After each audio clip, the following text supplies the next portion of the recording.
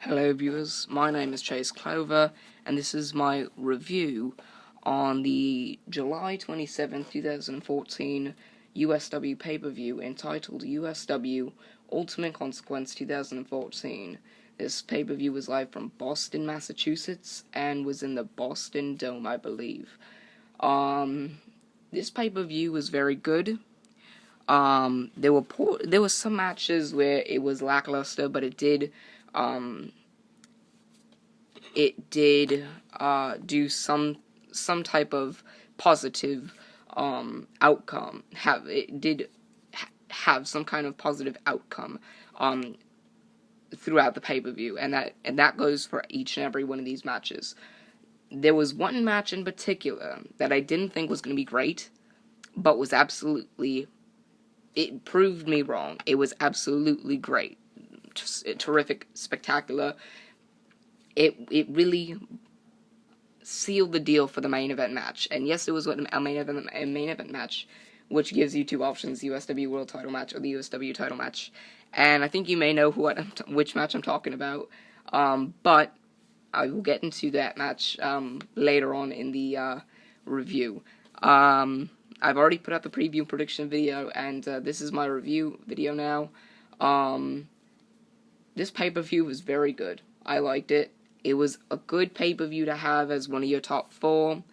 I think it really produced, and I think it was a pay-per-view that may have gotten the next pay-per-view, which will be this Sunday, USW Outcast. It may have made Outcast 15 times better than it was going into it. I think that if you had these matches on Outcast and they live up to what they had last Sunday, then I think you can really go far, and I think that you will have a good pay-per-view. So I think, considering USW made a lot of money from this pay-per-view, I feel like they can do the same with Outcast as long as they have these same matches and they don't have a filler match. YoYo Joe and Alex, I'll give an exception to that filler match because it was a very good match and I enjoyed it. But then again, I will get into it later in my review. So without further ado, this is my review on the July 27, 2014 USW pay-per-view entitled USW Ultimate Consequence 2014. We start off with a kickoff match, and it is Blue Belt Champion Anarchy beating BP Fierce. And this match went on for about 15 minutes, maybe a little bit over. But this match was very good. This match saw Anarchy really having a challenge against BP Fierce, and I think BP Fierce really helped out with this match and with Anarchy. And I think with Anarchy getting the win makes Anarchy look stronger going into Outcast, possibly facing Ash for the Blue Belt title if Ash's injury is healed. But this also does good things for BP Fierce, because even though he lost and got Anarchy to look bigger than he was before the win, I think it does some good for BP Fierce, knowing that he hung on in that match against the Blue Belt champion. So that could even get him a chance at the Blue Belt championship. And this match was very good. I give this match 4 stars. It seemed slow going in, and then slowly picked up going in throughout the match. If it stayed slow, I would have given it like 2 or 3 stars. But I think it deserves 4 stars because towards the end of the match, you started getting a lot of it got a lot more tense, and you got a lot more out of the match. And these two performers put on a great show, and they put on a great match, and so I give them credit for that. So congratulations to Anarchy, who beat BP Fierce. This was also a non-title match. The second match on the card lasted about 15 minutes as well. It was a 2-on-1 handicap match. Benny Franklin and Ezarank Hills versus Cannon, or they beat Cannon. And this was an absolute mugging. It wasn't very good, but how they held it with the attack, as I'll get into it in a second, how they held into it with the attack was very slow, was very unappealing, and was very unimpressive. they did the same things with the beating they handed to Cannon. Having Prophecy come out wasn't really the best idea. They should have just had Cannon fend for himself. But this match, once again, was an absolute mugging. And what happened was, Cannon at some point in the match used the steps to stay in the ring without having a count out be started. So what he did was he used the steps, he moved the steps farther away from the ring, and then sat on the steps without his feet touching the ground, so therefore the count out wasn't started. So what happened was, Ezarank Hills, who was not the legal man, and who also did not get tagged in the match, it was Benny Franklin and Cannon pretty much throughout the entire match. Ezarank Hills missed and dove for Cannon. Cannon moved out of the way, and then Ezarank Hills went flying into the chairs at ringside. And then, as Benny Franklin was being choked down by Cannon, who laid a trap towards him and tried to get him unconscious, whereas he would get counted out, was broken up by Ezarank Hills, who attacked Cannon.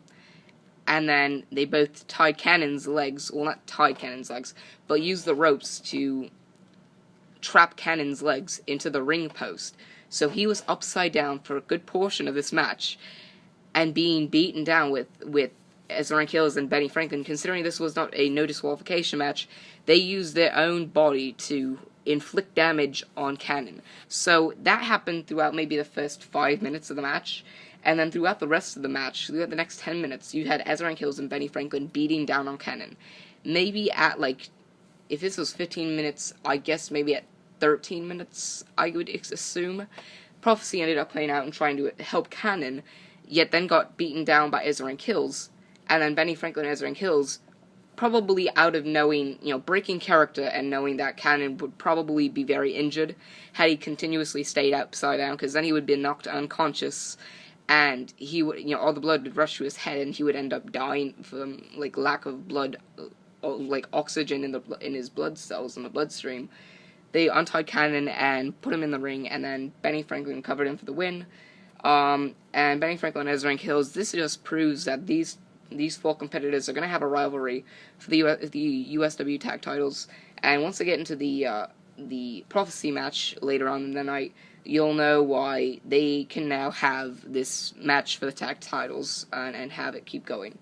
So this match, because of if they had been consistent with this match, I would have given the match 3 stars, but since they just did a beatdown and they didn't do anything else, and the beatdown was slow, it wasn't exciting. And being as they had Prophecy come out and try to help Cannon, and once again, it's one of those moments where they try to help him, but there's nothing they can do. They get beaten down as well. Because of that, I'm giving it 2 stars. It wasn't very decent, it wasn't really a match, and it was more like a brawl, and it was only one-sided, so, yeah, 2 stars for this match. Wasn't very good, but the only way, with Anarchy and BP Fierce, the reason why that contributed to the pay-per-view is because Anarchy had more steam going into the next pay-per-view, and BP Fierce got, more recognized for hanging with the Blue Belt champion. The reason that this match contributed to the pay-per-view is because it set up a rivalry between Benny Franklin and Ezarank Hills versus Cannon and Prophecy for the tag titles. So now you also have meaning for the tag titles, which is good, and that's the only reason why I liked this match and thought that it contributed. The third match on the card lasted about 10 minutes, and it was Gringo beating Westernlight. Much to my dismay, Gringo beat Westernlight. Westernlight had control for most of the match, and ended up losing when he went for the lantern, and then Gringo did some kind of, reversal with, 16 or 15 or whatever, however many parts, until he actually hit the conclusion of that reversal. He ended up, doing, a knee strike to the face, and then did, a karate, turn in midair, and then kick him in the face with your heel. And that's what Gringo did, and then pin Westernlight for the win. I guess that heel connected with the temple, and I guess that's Gringo's new finishing move. I like the frog splash better, but that's how it worked out, and Gringo ended up beating Westernlight. Gladly, Majagetta and Fernandez did not get involved in this match, and Gringo won cleanly and fairly. That's what made this match better, and that's what actually saved this match from a 2 or 1 star. So I'm going to give this match 3 stars, and this match contributed by having these two competitors who are pretty much managers compared to Majagetta and Fernandez in that rivalry. Having these two managers have a meaning in this rivalry, that's what it did for this pay-per-view, that's what it did for this rivalry, and I think it helped out to a decent amount. So I give this match 3 stars. It was decent, and it did produce. So credit once again going to these two competitors, not just Gringo for winning, but Westernlight for also selling this match and continuously getting back up and not staying down. That's something that I give him credit for. Fourth match on the card was about 20 minutes long. Decent match. It was a no disqualification match for the Extreme Championship. MC4 beat Crimson Red, and MC4 is your new Extreme Champion. I predicted that MC4 would win and Crimson Red would not break MC4's streak of 147 days as the Extreme Champion. I was right, and sadly now that Crimson Red's reign is over, I realize now MC4 still has the top spot, so I like when there are records broken. And if this record would have been broken, this would be pretty cool, and it would have some kind of meaning for this title. It would have more of a meaning to this title because Crimson Red would break MC4's streak, and then they would see who's really the biggest Extreme Champion. So, having this match as a no disqualification match instead of some weird other stipulation like, a steel cage match or something like that, I think the no disqualification rules fit here. There were chairs involved, there were canes or kendo sticks or whatever involved, the announcer table was involved, the ring bell was involved, the title belt itself was involved, there were tables involved. There were a lot of things involved in this match, and this does wonders,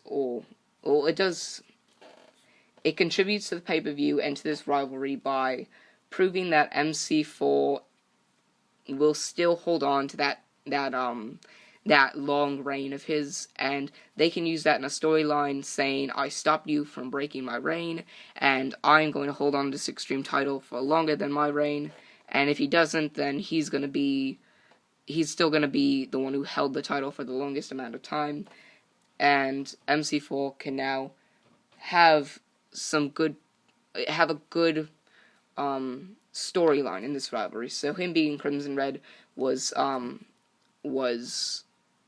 something that probably worked out better than Crimson Red breaking his long reigning streak or whatever. And I believe MC4 won after putting Crimson Red above his shoulders from the top rope and throwing him through a table and then doing his the jumping knee to the face and then won the match. I feel like that was pretty interesting how they finished the match and how MC4 was able to finish the match. He carried the match. Crimson Red carried the match. They were both very consistent in the match, and for once, I'm going to give this Extreme Championship match 4 stars. This was very entertaining. I really liked it, and I'm looking forward to seeing how USW can hold this rivalry and how they can hype up this match for Outcast this upcoming Sunday. But yeah, this championship match was very good. I enjoyed watching it, and there's nothing more I can say about this match, besides the fact that it was really good, and I gave it 4 stars. It contributed somewhat, but the match itself is what saved it from a smaller rating. This match was very, very interesting, and I enjoyed it. So, if you can, go back and watch the match. It's something that you got your money's worth for. Next match was the 5th match, and it lasted about 20 minutes. Long match. This was the Bullet Proof Series Finals DHIG beat Prophecy and will have a number 1 contenders match for any championship he wants coming up for Bullet Proof VII in November. So here's my problem with DHIG winning. And the reason why it contributed to the show, and to the pay-per-view, and to the rivalry, or not rivalry, but to DHIG himself, is that he's now getting a championship match at Bullet Proof VII. So, and I believe, now that I think of it, now that I realized, he's going to get a championship match at Bullet Proof VII. And so will the winner of the top rope match. If you haven't forgotten about the top rope match, in fact, in September, there's the top rope pay-per-view, and that main event match is the top rope match, which is pretty much their 20-man Royal Rumble. And whoever wins that match also gets a championship match of their choosing at Bullet Proof VII. And everybody knows when you win a match, for a number one contenders match for any title you want, you're going to want to go for the biggest title. And since there are two biggest titles, they're going to have to reconcile on which title one faces and which title the other faces. So, DHIG will get a championship match, and so will the winner of the 20-man top rope match. At times like this, you'd rather win the 20-man gauntlet match than the top rope match. But DHIG won, and my problem with this is that DHIG does not seem very ready to become the number one contender for a world championship. He is very good. He did, do a lot of good in the Bullet Proof series. But here's the thing, the Bullet Proof series did not consist of many main event players or main event status wrestlers or performers. You did have Chris Ross, who was in there for like a week. Let's see, you had Dwayne Porter, who was in there for a while, but didn't really get that many, too many matches where it was, too fair, or where it was, I don't know how to explain it. You also had Gringo and Fernandez, who were tag team. Cannon and Prophecy, who are now a tag team. Cannon was a veteran, but somehow stayed in until he got eliminated, because they cut it down or whatever. Prophecy was the one he faced, and the one who he beat to win the match. You had, Amor, who hadn't done much. Who else did you have? You had a few others, and now, don't get me wrong, those are all performers with talent. Here's the problem, though, they weren't talent on the level of Zach Hardy, or Derrick Carter, or Majagetta, or Westernlight, or YoYo Joe, or Alex, or Dustin Ramond. Yes, you had Cannon, and yes, you had Dwayne Porter, yes, you had Chris Ross, but those are only 3 people, and DHIG didn't even face them too often. But those are only 3 people out of many other people who have a chance to face for the world title. So, you have DHIG, who is not, in my eyes, not better than Cannon, not better than Lone Wolf, not better than Derrick Carter, not better than Zach Hardy or ENIGMA. I'll get into that whole thing at the end of this review, or near the end, because that's the main event. But DHIG is not really ready for a world title match. And, Prophecy isn't really, exactly ready for a world title match, but he's more ready than DHIG is. He's learned, he's taken the bumps, he's learned these maneuvers and movesets and gotten, way more popular in his short amount of time, and he's learned them quicker than DHIG has. DHIG is still in the point where he's still learning. And, so is Prophecy, but Prophecy is learning faster than DHIG is. So, for DHIG to knock off Prophecy, just proves that, well, it doesn't really prove anything. It just makes us wait until Bullet Proof VII and see where he's gonna go with this world title match. Prophecy, on the other hand, now that he's lost, he can focus on the tag team titles with Cannon, and can focus his thing with Cannon against Benny Franklin and Ezarank Hills. That also contributes to the show through getting Prophecy able to focus on the unified USW Tag Team Championships. That's a good point. That's something that helps out, and that's very good for this duo versus duo rivalry. And this is what helps out. So it's productive on both ends. and it just makes us wait for what is in store, what's next in store for Prophecy and Canon, what's next in store for DHIG, what's next in store for the USW World title and the USW title. So, overall, I give it 3 stars. It was a decent match. It wasn't anything bad, it wasn't anything that was terrible, and it was interesting. Did go on longer than I would have expected, but, that's just the beauty of real physical wrestling. You never know when it's going to end. 6th match on the card was less than 10 minutes long. It was Switchblade and Dwayne Porter beating Blade and Dustin Ramond. Now, honestly, I don't really see much that this match had contributed to the pay-per-view, and that this match had contributed to the rivalry. Maybe it only contributes, possibly, to Switchblade vs. Blade, and then separately, Dwayne Porter vs. Dustin Ramond. But I think that they're gonna go on with this tag team rivalry. These teams do not mix well. Switchblade and Blade should be on a team. I don't know why you broke them up in the first place. That was very stupid of you to do. But, and then Dwayne Porter vs. Dustin Ramond, that's a great singles rivalry. And Switchblade vs. Blade is a rivalry that, even though it's a singles rivalry, and even though aren't top competitors, it is that kind of rivalry in singles matches would be something that you would look forward to. And so would Dwayne Porter vs. Dustin Ramond. But now teaming them up, 2 teams with both competitors on those teams being completely irrelevant to each other, is just not a good mix. I know you want Switchblade and Blade to be on teams, but have them be on a team together. Make them push away their differences, I guess. Have that kind of storyline. Have them bring back Switchblade and Blade. But now you have Switchblade and Dwayne Porter and Blade and Dustin Ramond. I see now you have a face team versus a heel team. No problem in that. My problem with that, though, is that these 2 teams do not mix well, with each other. I shouldn't really talk about this too much, and I should have seen this ahead of time, quicker than I did, but that's all. 2 stars, wasn't that great, and didn't do much contributing-wise to this pay-per-view or to this rivalry. 7th match was something that really made you forget about the last match, and it was about 15 minutes long.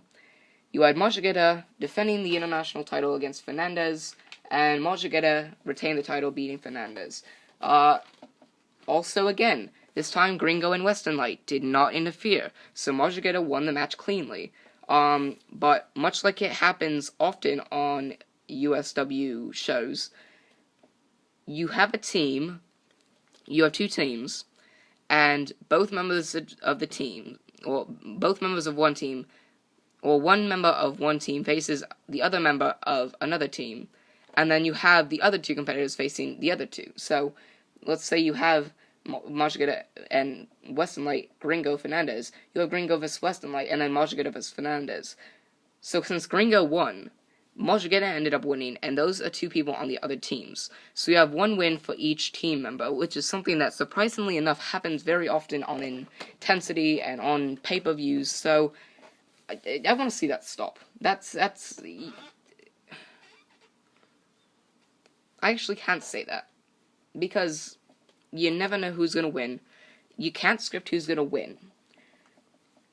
And this is real wrestling, so you never know who's going to win. So it's not like I can say, stop booking 2 other members of the teams to win. It's something that you can't control. So I'm just looking forward to seeing that, stop being so often one day in the future. But this match was very good. It was very entertaining. Did a lot for Majagetta and Fernandez. In my thought, I think that Gringo will manage Fernandez and Westernlight will manage Majagetta at the Outcast pay-per-view this Sunday, which I'll have a preview and prediction video for sometime this week. So look forward to that. But these 2 have a lot of chemistry, as I noticed in this match. Majagetta ended up winning the match I believe with a decapitator after Fernandez tried to go for a crossbody. He ended up going at an angle, and then Majagetta hit the decapitator, and he ended up like becoming like a helicopter blade spinning in midair, and then Majagetta won. And so he retained the international title. These two have a lot of chemistry. They had a lot of reversals. They knew each other's movesets quite well, surprisingly. And I don't mean that sarcastically, but they, surprisingly enough, had a lot of chemistry for, first-time rivals, and I look forward to the match at Outcast, because I think it's gonna happen. But anyway, 3 stars. Decent match. I enjoyed it. 8th match on the card was the only filler match on the card, to my thought. And it was about 10 minutes long. YoYo Joe beat Alex. Not much to say about this rivalry or this match. I'm sorry for calling this rivalries. You had YoYo Joe beating Alex. YoYo Joe looked pretty powerful in the match. Alex had his points in the match as well, but YoYo Joe ended up dominating this match for the most part. And wasn't bad, wasn't great, but was okay. The match got 3 stars. It was decent, in the middle. Anyway, moving on. This is the match that I really want to talk about, and this was the 9th match on the card. And if you thought ahead of time it was a 50-50 chance, this was the USW World Heavyweight Championship match. This match was the highlight of the night. Capital beat Lone Wolf to retain the USW World Heavyweight Championship, but Lone Wolf fought his fucking heart out. This man dominated the match for the most part and lost from one simple mistake. We enter the match, Capital and Lone Wolf face off. Capital flings Lone Wolf to the side. Lone Wolf goes berserk on Capital. He starts punching him, kicking him, jumping off the turnbuckle, jumping over the ropes onto the ring mat, doing a bunch of reversals over Capital. Capital couldn't catch a break, and I thought, I was sitting there and I was thinking, is Lone Wolf actually going to pull this out? Is he going to beat Capital and become the USW World Heavyweight Champion? And he ends up hitting the howl. He misses the howl first, and then Capital misses the brogue kick, and then Lone Wolf is able to knock Capital down. He gets Capital set up for the howl, hits the howl, goes for the pin, Capital kicks out. He goes for it again, gets sent across the ring, and then runs towards him out of nowhere. In the split second, Capital is able to get his foot up and kick Lone Wolf right in the face, pin him for the win, and Capital is there to retain the USW World Heavyweight Championship. Lone Wolf deserves a rematch for the USW World Heavyweight Championship. That's the only way to put it. He deserves a rematch. This man was outstanding tonight. Well, last night. I say tonight for some reason, just like I say for intensity. But Lone Wolf proved that he was not going to take that lying down. He was going to fight. He wanted a fight. He got a fight. He proved himself worthy. This man should be in the main event picture for the meantime. He is deserving of another world title match, and if they have a number 1 contenders match, he should be in it. And if he doesn't win, then just keep trying again. He is very deserving of this rematch. I don't know how else to put it. This match, for the first time in any USW review, pay-per-view review, for the first time, Chase Clover is giving this match 5 stars. This match was high-octane, high-pumped volume. It was very entertaining. There was not a point in this match where I was bored or anything. This match, I am glad I did not take a bathroom break during it. This match was... It was entertaining. It was in fast motion throughout the entire match. There was no point where this match slowed down. There was no point where these two competitors showed weaknesses. This match was the highlight of the night.